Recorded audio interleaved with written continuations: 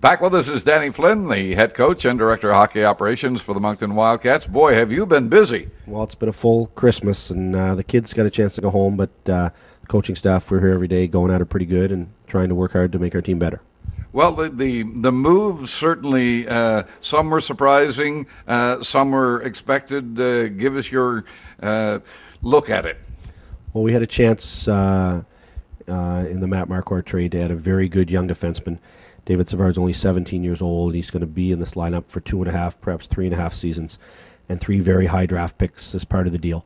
A second-round pick this year, a fifth this year, and a first-rounder in 2009 that potentially could be a very high pick. So in return, they got Matt Marquardt, who's a big power winger who can score and is fighting for a contract, and they wanted to really load up and take a run at it. So, both teams felt that it was even swap, and, we're hoping that we can get some scoring by committee, and those draft picks will turn into good young players in the future.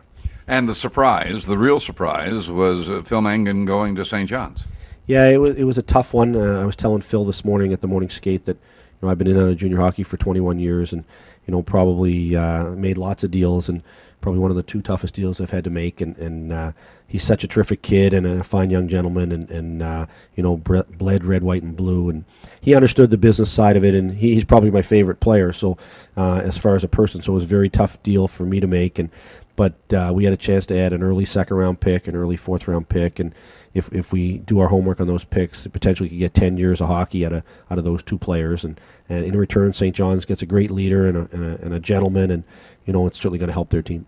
And, of course, it will help them in terms of attraction at the gate in Newfoundland. No question. And St. John's, is their mandate is to, from what I understand and talking to Rael Paymon, is that they want to add to their team and take a run at the playoffs and go deep in the playoffs. And they're prepared to trade some future to do that. And Phil Mangan's the kind of guy that could certainly help them go deep in the playoffs.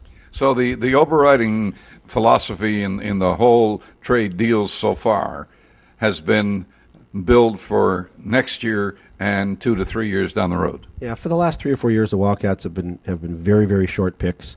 Usually 2 picks in the top 5 rounds, maybe 3 picks, and a couple years without a first rounder. And to get with the free agency closing down, the way to build your team and make consistently strong for the long term is you got to keep your picks, you've got to draft well, you got to develop your players. And we felt rather than put a Band-Aid on it for the second or third year, let's call a spade here and try and get some picks in here. And now we've got 10 picks in the first 5 rounds and lots of early picks, 3 second-round picks to go along with our first. And if we do our work, we have a chance to bring a tremendous rookie crop here to Moncton that should really solidify the future of this team. And with 2 first-round picks sitting there already for 2009, we have a chance to develop a team that can be competitive and consistent. And the mandate from ownership on down is to win a Memorial Cup. And to do that, you have to have good, talented young players that you develop into good, talented older players. And by and large, most times you get those guys through the draft and you develop them. There'll be some patience required and some growing pains, but if the ultimate goal is to win the Memorial Cup, we think this is the route to go. Okay, Danny, I watched the game out of Lewiston on Thursday night and had to be very impressed with the way the Moncton Wildcats played. I told the kids after I was so proud of them, and it was a tough day for all of them. When you trade your captain, you should miss him where you had the wrong guy there in the first place. And, we're going to miss Phil, and we're going to miss Matt, and we're going to miss Miles Gomes. And that just meant we had the right kind of kids here.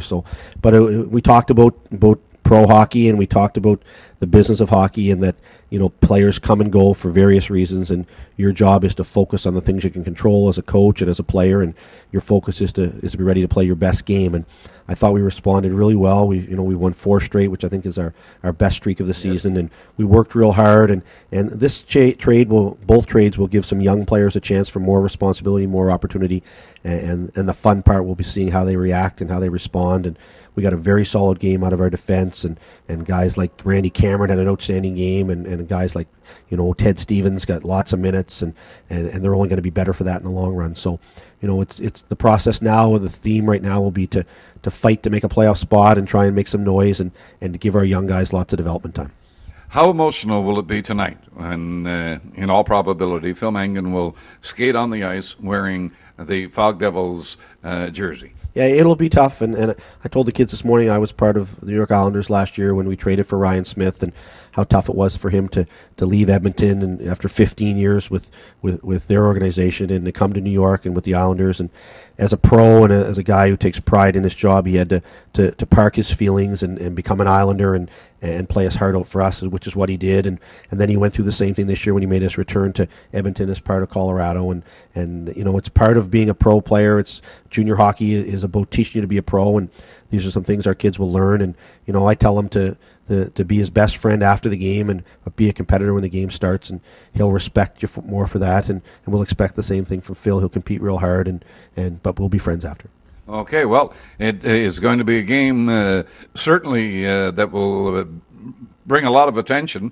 And now with a 4-game winning streak, wow, the rest of the season looks exciting. Well, we're going to have a team that's going to play hard. And we've said all along, even from the beginning, I've been proud of how hard the kids competed and how hard they played, how committed they are to winning. And what we had to do was improve our skill level and improve our team game. And to the kids' credit, they worked very, very hard to do that. And a lot of those one-goal games are now starting to go our way, which is great to see for the kids. And I think as we continue to play those young guys, that people will see the future and see how good some of these kids are going to be. And when you look at Mark Barberio and David Savard at 17 and say, wow, what are they going to be like at 19?